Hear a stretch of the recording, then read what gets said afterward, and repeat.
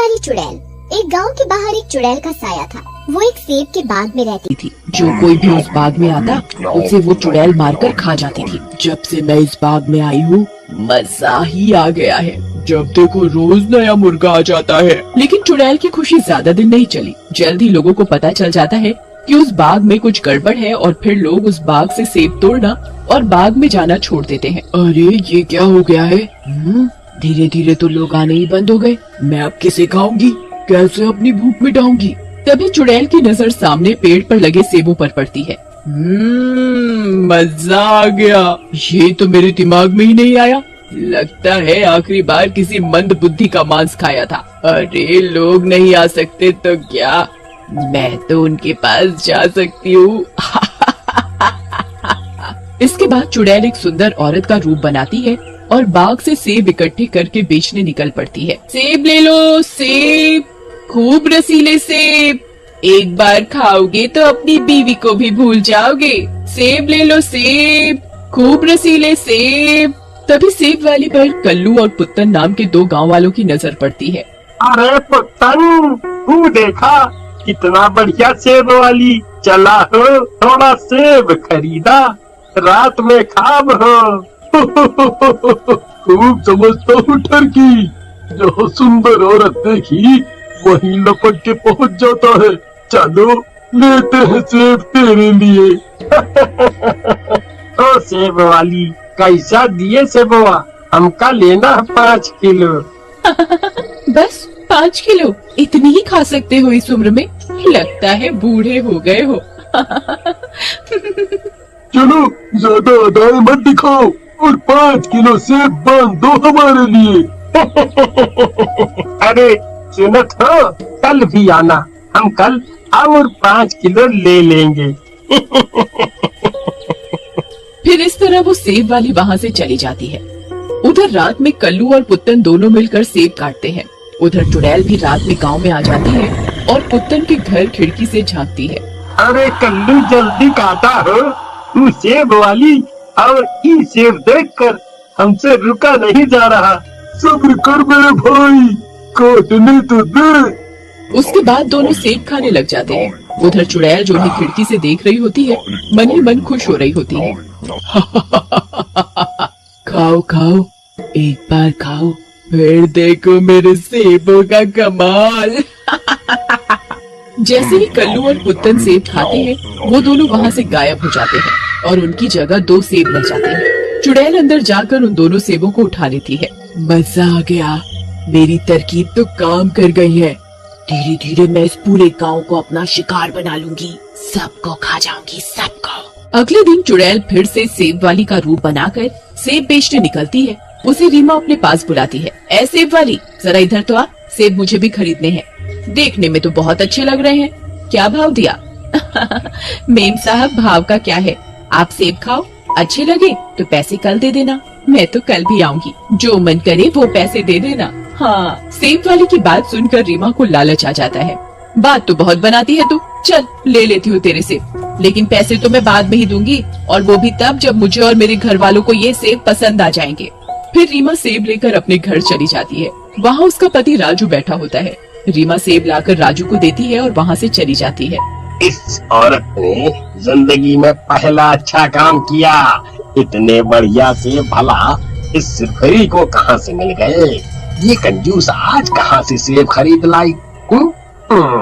लेकिन मुझे क्या, मैं तो खा लूं जल्दी से। राजू सेब खा जाता है, लेकिन राजू जैसे ही सेब खाता है वो भी सेब बन जाता है।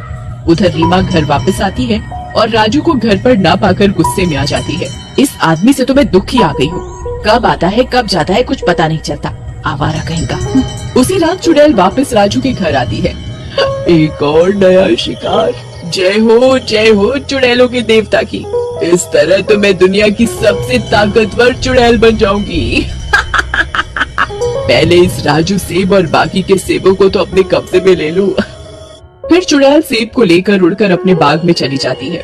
उधर राजू काफी देर तक घर नहीं आता। इस वजह से रीमा चिंता में पड़ जाती है। ये राजू ऐसे तो कहीं नहीं जाता और रात में तो हमेशा घर लौट आता है, लेकिन कहाँ गया? और देखो तो सारे सेब भी खा गया, भूखा कहीं का। चलो ढूंढो अब इसे। हाय रे मेरी किस्मत, कैसा नास बेटा पल्ले पड़ गया है। अगले दिन सुबह रीमा को बबली मिलती है। अरे रीमा बहन, के होया? आंखें घड़ी सूजी लाग रही से। राजू भैया ने सोड़ नहीं दिया के? तभी वहाँ सेब वाली आ जाती है और बबली का पति शामू उससे सेब लेने लगता है। रीमा और बबली खिड़की से उन्हें देख रही होती हैं। अरे वाह सेब वाली, बहुत अच्छे लागे हैं थारे सेब तो। मन ने भी लेने का मन कर रहा है, ताजे तो सेना। क्या बाबूजी, आप भी ना बिल्कुल ताजे हैं। बस आपके लिए ही अभी पेड़ से तोड़ कर ला रही हूँ। अच्छा, बातें तो तू अच्छी करे से, लेकिन मैं यूं को नहीं लूं, पहले चेक करूंगा। फिर सेब वाली उसे एक सेब देती है। सेब खाते ही शामू को चक्कर आने लगते हैं। अरे ये तन्ने मन्ने के खिला दियो, मारे को तो घड़े चक्कर आवे से। तभी शामू नीचे गिर जाता है और सेब बन जाता है। सेब वाली भी चुड़ैल के रूप में आ जाती है और शामू को उठाकर वहाँ से उड़ जाती है। ये सब रीमा और बबली देख लेती हैं। अरे बबली बहन, मेरा पति तो सेब बन गया से। अब मैं क्या करूं? पता नहीं चुड़ैल उसने कोई फ्रूट चाट में ना खा गई होवे। हाय मेरे पति, बेचारे को सेब बना दिया। मन ने भी कोई ककड़ी वगैरह बना देवे। हाय रे मेरा पति। अरे चुप करो रीमा बहन, अब उसने कुछ भी किया हो शामू भाई का, हम उसे पकड़े बिना नहीं रह सकते, इसलिए तुम परेशान मत हो। फिर रीमा और बबली गांव के प्रधान को जाकर सारी बात बताती हैं। अच्छा बबली बेटी, अगर ये सब सच बात है तो हम सब लोग सचमुच खतरे में हैं और हमें अपनी जान बचाने के लिए कुछ करना होगा। फिर प्रधान जी और गांव वाले हाथ में गंगा जल लेकर सेब के बाग में जाते हैं। प्रधान जी, हम कहत हैं क्यों न गंगा जल छिड़क कर इस बाग में आग लगा दे, जो कुछ होई जल कर भस्म हो जाई।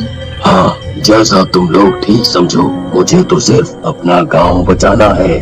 फिर गांव वाले सेब के बाग में गंगा जल छिड़क कर आग लगा देते हैं। आग लगते ही चुड़ैल का जादू खत्म होने लगता है और गांव वाले जो सेब बने थे वो भी ठीक हो जाते हैं और वहाँ से भागने लगते हैं। मैं ठीक हो गया प्रधान जी, मैं ठीक हो गया। आपने मुझे चुड़ैल का फ्रूट चाट बनने से बचा लिया। तभी चुड़ैल वहाँ आ जाती है और बहुत गुस्से में आ जाती है। अरे और राजू, पहले यहाँ से भाग ले और देख तेरी अम्मा आ गई, फिर खुशी मनाना। आगो सब यहाँ से। अरे ये क्या किया दुष्टों, मेरा सारा जादू खत्म कर दिया। मेरे सालों की मेहनत बर्बाद हो गई। मैं अब सब गाँव वालों को जिंदा नहीं छोड़ूंगी, सबको मार कर खा जाऊंगी। तभी चुड़ैल के आगे पुत्तन आ जाता है। हमका माफ कर दो मैया, हमसे गलती हो गई। हम आज से कौनो औरत की तरफ आंख नहीं उठाएंगे, जब भी देखेंगे सिर्फ मर्द ही देखेंगे। माफ कर दो जी। तूने मेरे पति को सेब बनाया ना, अब मैं तुझे नहीं छोड़ूंगी। तो ये सब तेरा किया धरा है। सबसे पहले मैं तुझे ही मार देती हूँ, फिर बाकी गांव वालों को देखूंगी। चुड़ैल पुत्तन को फेंक कर रीमा की तरफ बढ़ती है। अरे मर गया रे, मेरी कमर, इसका तो कमरा बन गया। बहुत दर्द हो रहा है भाई। तभी तांत्रिक अपने पास से भस्म निकालता है और चुड़ैल के ऊपर फेंक देता है। पाउडर फेंक रहा है मुझे गोरा करने के लिए। चुड़ैल देख तो सही, अभी मेरा जादू। मजा आ जाएगा तुझे। तभी एकदम से चुड़ैल जलने लगती है। अरे तांत्रिक, ये क्या कर दिया? मुझे जलन क्यों हो रही है? मैं जल रही हूँ, बचाओ बचाओ। तूने इन गांव वालों को बहुत परेशान किया था, अब तू तो गई। थोड़ी देर में चुड़ैल पूरी जल जाती है और गांव वाले चुड़ैल के साए से आजाद हो जाते हैं और सेब का बाग भी ठीक हो जाता है।